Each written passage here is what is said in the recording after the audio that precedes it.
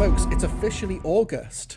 That's the news. There we go. That's the update. It's August, which means we are possibly around 2 months away from the Doctor Who BBC Centenary special. No, it's not Doctor Who's 100th anniversary, it's the 100th anniversary of the BBC towards the end of October, and Doctor Who is one of the shows which is getting a centenary special. It's also going to be the Regeneration final story for the 13th Doctor, Jodie Whittaker, the final story of Chris Chibnall as the showrunner, the final story of Segun Akinola as the composer, Mandip Gill, John Bishop as companion. Basically, it's the end of an era. It's the passing of the guard to Russell T Davies once again, and also to David Tennant, apparently, not Ncuti Gatwa. All of this is going to be revealed hopefully by the end of October, but we are now in a release window in terms of like promotion or any news that could be coming up. Now, we did get a trailer for the Centenary special at the end of Legend of the Sea Devils. We saw that Ashad is coming back, the Daleks are going to be in it, Sacha Dhawan as the Master is in there as well, Jacob Anderson as Vinder, and we've also got the return of Tegan and Ace from the classic series, played by Janet Fielding and Sophie Aldred respectively. Sophie Aldred, friend of the live stream.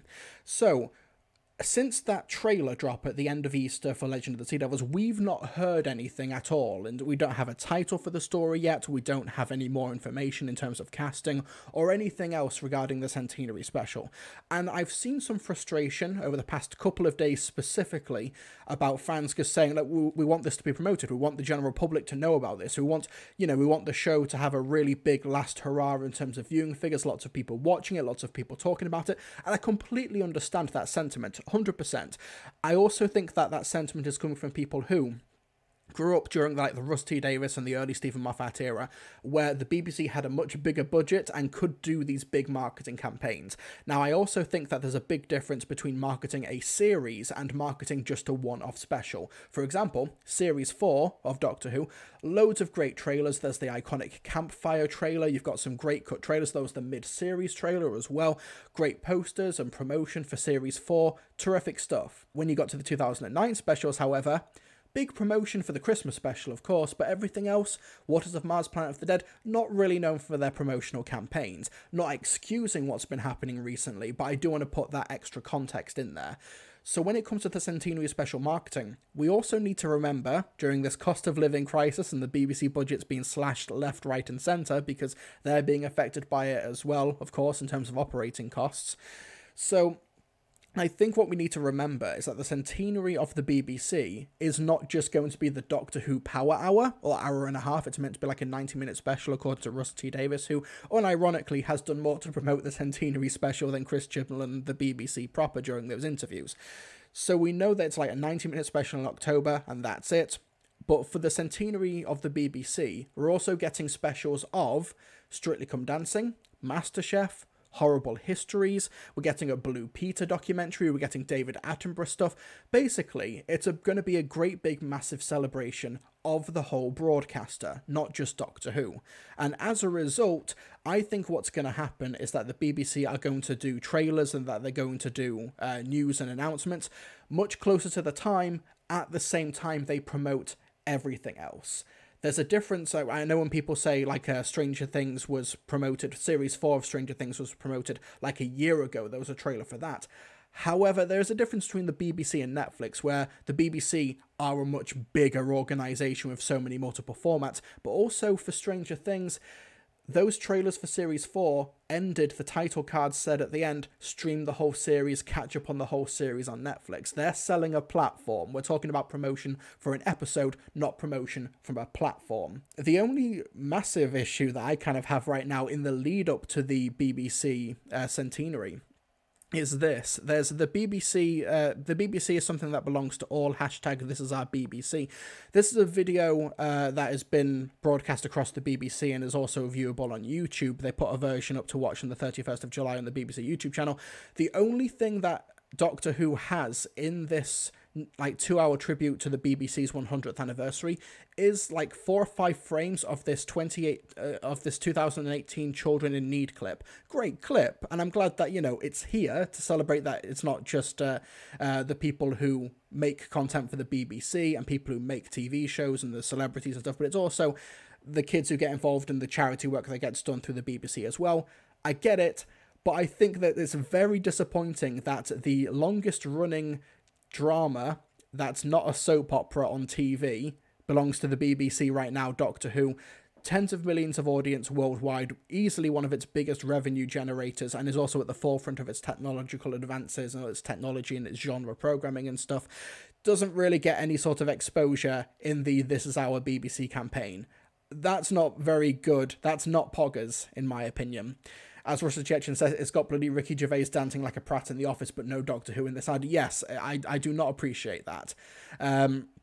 Especially since Ricky Gervais is always the least interesting part in anything that he is in, including but not limited to his own solo comedy specials.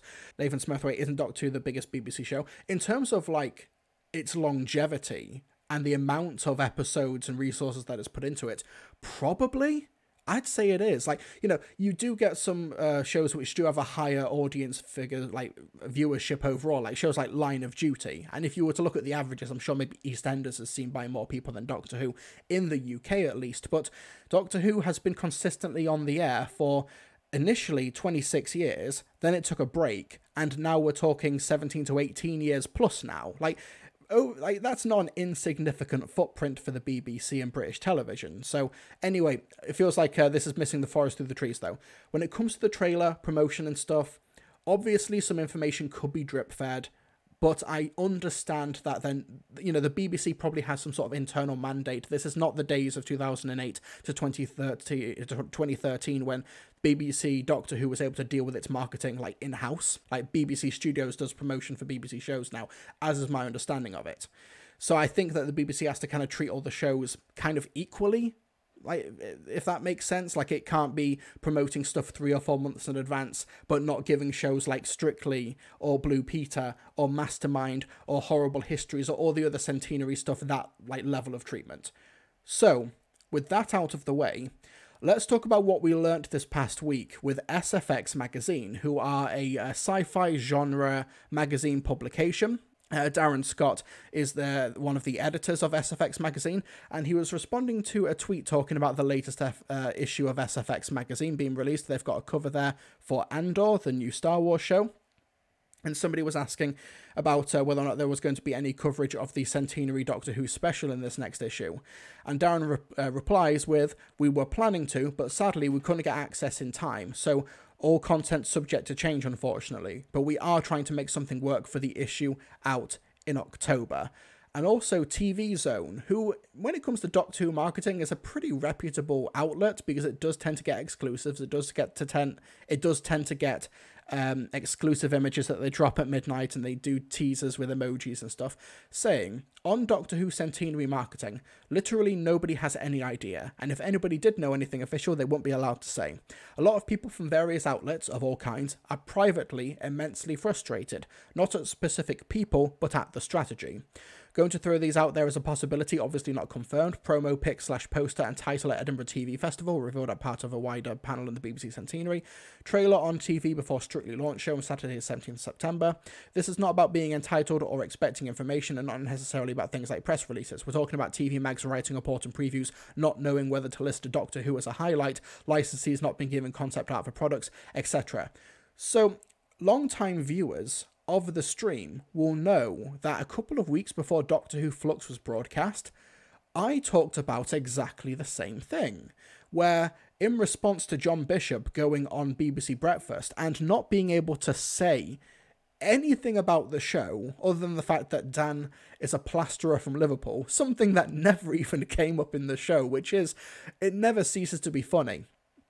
But after that broadcast, some companies and some license holders got in contact with me under the condition of anonymity to say, yeah, Doctor Who Flux is meant to be broadcasting in like a month or two's time. We have no idea when the release date is. We've not had any information. We've actually spoken to the BBC trying to get information because we need to release products. We've paid good money for the license to Doctor Who, and we want to time our releases with the Doctor Who Flux, and we don't know what's going on, and we're just getting a wall of silence. And now we're seeing this pan out now, where SFX Magazine, according to Darren, have tried in the past to get in touch with the BBC or the current Doctor Who production team to promote their show, to get them on maybe the cover of SFX or to get something for the show itself, and they're just being stonewalled. It's mad. Like, I know that there was an interview with Chris Chibnall in an issue of Doctor Who magazine recently, where he said, like, I don't enjoy the press, I don't enjoy the promotion, I just want to write the stories and get out there. And I understand that, but I do think that at some point you kind of have to accept the job of showrunner for Doctor Who and say, okay, we'll do this interview with this magazine. Or even if I have nothing to do with the interview or anything, just have a different department handle it, or just get an actor or a writer or whatever to be the front or the face of it. Like, I don't expect every showrunner of Doctor Who to be as infinitely charismatic as Stephen Moffat, to exude such massive Chad energy as Russell T Davies. But I do think that if a showrunner's not willing to be a showman or a front or a face for the show and do that promotion, then get someone in who will. Get a Kevin Feige type who maybe doesn't necessarily have creative control or creative influence, but can be the face of, Comic-Con panels, who can be the face of these magazine interviews or something. I don't think that's quite unreasonable. And Ben Miller is right in the chat, it's secrecy for secrecy's sake. And as I mentioned in that past video, what was it? It was the Timeless Children had a Radio Times cover that was a Bohemian Rhapsody homage. It was one of the worst Radio Time covers that I've ever seen in my life. And then the Timeless Children has the lowest viewing figures of revived series Doctor Who at the time. The secrecy is getting them nowhere. And like I said earlier, I understand the difference between promoting a series and promoting a standalone special, like an Easter special, like Legend of the Sea Devils. But I think it's pretty frustrating. Basically, the lines in the sand that I'm willing to draw here are, I think it's okay for them to not have a trailer out yet, or a new trailer since Legend of the Sea Devils. I think it's okay for them to have not released the title yet. I think it's okay for them to have not released all this information to the public. That's fine, I think. However, not giving any information or any access to these publications and these outlets and these license holders is a pretty massive problem. Ted Curtis seems like an overcorrection from something like Series 10. Yeah, because John Sims' reveal being the Master in the Series 10 finale did get leaked beforehand. But yeah, I don't even know if that is the motivating factor here. I just think that, maybe Chris Chibnall is just so adverse to promotion on a personal level. He just wants it out of sight, out of mind. But unfortunately, Doctor Who's, it's something that people are consistently very, very, very interested in. I think there's a reason why Disney might want those exclusive streaming rights to Doctor Who in international territories if that story from Bloomberg from the other week does turn out to be true, because even though the numbers aren't necessarily the best thing on TV right now, they're still pretty strong overall in the current climate. Even Legend of the Sea Devils was still, the second or third most viewed show of Easter, even though, it was really low in comparison to other Doctor Who stuff. The discussion of Doctor Who online is constant.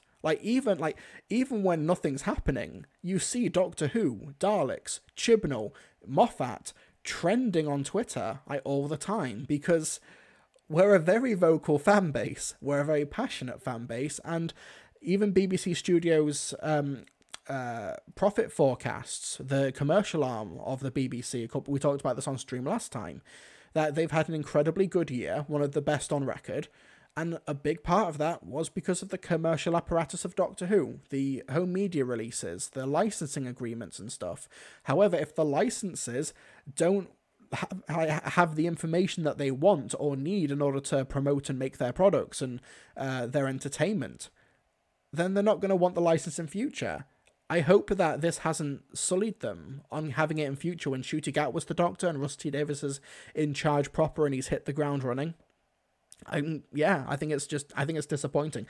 I think that even though, strictly speaking, some shows like, for example, Broadchurch might have a higher audience in the UK at the time than Doctor Who did at the time when it was being broadcast in terms of just the raw BARB figures, it doesn't have that constant hype cycle. It doesn't have that committed fan base.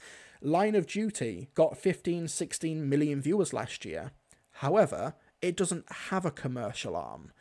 You might get the occasional meme or, let's arrest bent coppers, like online discussion, and led by Donkeys, the online campaign have been doing terrific work with the Line of Duty cast and crew. I think that's terrific. But, it doesn't have Steelbook releases. It doesn't have BFI regular screenings of shows from 50 years ago that are literally gone forever and have been reanimated because of that. You don't have that. And yeah, so something like Line of Duty doesn't need a face. It doesn't need somebody to go to Comic-Con. Line of Duty doesn't have a Comic-Con presence. That's why success is kind of relative. And I think that Chris Chibnall, I'm an apologist for Chibnall for the most part, but I do think that in terms of him being a face for the show, he's not obligated to do it. But I think someone is. And I think he's failed to delegate that role to somebody. Even if it was bloody Jodie Whittaker, Jodie Whittaker, not only are you the Doctor, you're also going to be the marketing executive. I think that's possible. But still, it's frustrating to see happen. And the fact that I talked about this last year, and now TV Zone UK have come out to talk about this as well. There's no smoke without fire. Yeah, it's frustrating to see happen. And this is still an issue. And I hope, it's not like, Chris Chibnall, I'm not saying he's not busy. I'm sure he's working on his next project. But he's no longer officially making Doctor Who. The Centenary Special, as far as I'm aware, has a finished cut. It's done. It's ready. It's ready to go. You could, hypothetically, break into a BBC vault somewhere. You could get the mole from Thunderbirds and drill your way through the archives and get a finished copy of the Centenary Special. He doesn't need to be overseeing that anymore. I'm sure he could maybe delegate an hour of someone else's time to talk about it or sort out the licenses. It's frustrating. WG fan, oven ready, slam it in the microwave. No, it's cooked. It doesn't even need going in the microwave. It is cooked and ready to throw at someone. Russ suggestion, me and the boys storming the BBC archives for the Centenary. I don't advocate this, of course, but you get what I mean. It's ready to go, according to what we've read and seen. Lads, this is me and the boys off to raid the BBC archives.